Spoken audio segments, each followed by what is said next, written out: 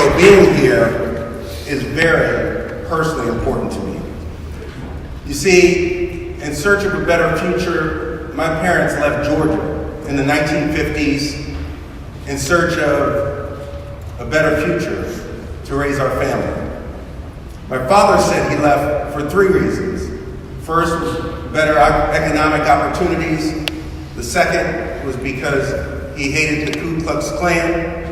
And the third was because he couldn't stand snakes.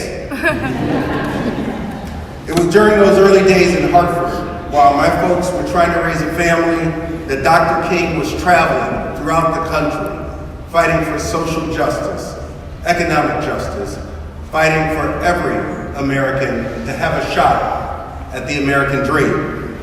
And Dr. King's dream became my family's hope of what America could truly be with real equality. Those images of the 60s and the bloody struggle for civil rights returned to me as I ran for this office. You see, that year in 2018, the nation was commemorating the 50th anniversary of the assassination of Dr. King. And his son, Martin Luther King III, endorsed my candidacy for state treasurer.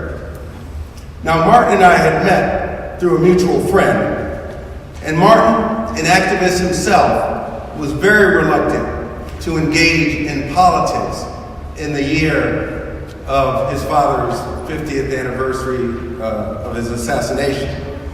However, as he learned more about me, as he learned more about the office, he slowly warmed to the idea. And during a conversation, he took a long pause and said that he didn't realize the scope of the Connecticut Treasurer's Office.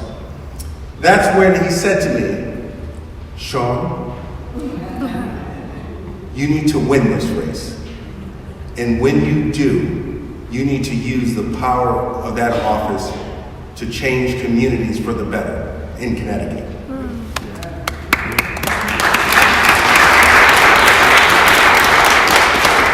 Well, my friends, I've been trying, it's only been a year, but I've been trying to live up to Martin's challenge and to help deliver on his father's legacy, because the civil rights movement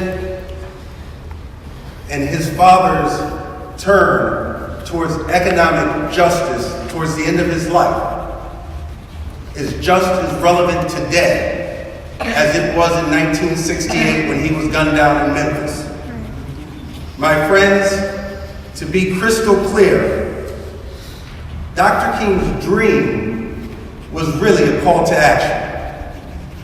And we would do a great disservice to his legacy if those of us in office and in communities throughout our state did not recognize the sacrifice of those who marched with him, those who bled with him, those who died with him, and didn't do everything in our power to answer that call.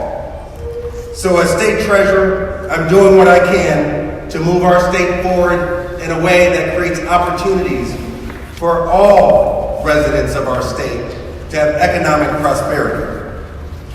Now, as Dr. King famously said, a dream deferred is a dream denied.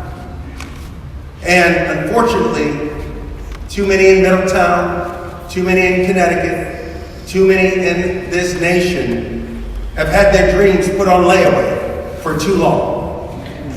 So I can't think of a better way for all of us in Connecticut to protect and to hold up that legacy than for us to step up and rise to the challenge of creating opportunities for the many who have been denied. And in conclusion, and on a more personal level, I intend to honor Martin Luther King III's endorsement of me by doing exactly what he implored me to do: use the power of this office to change communities for the better.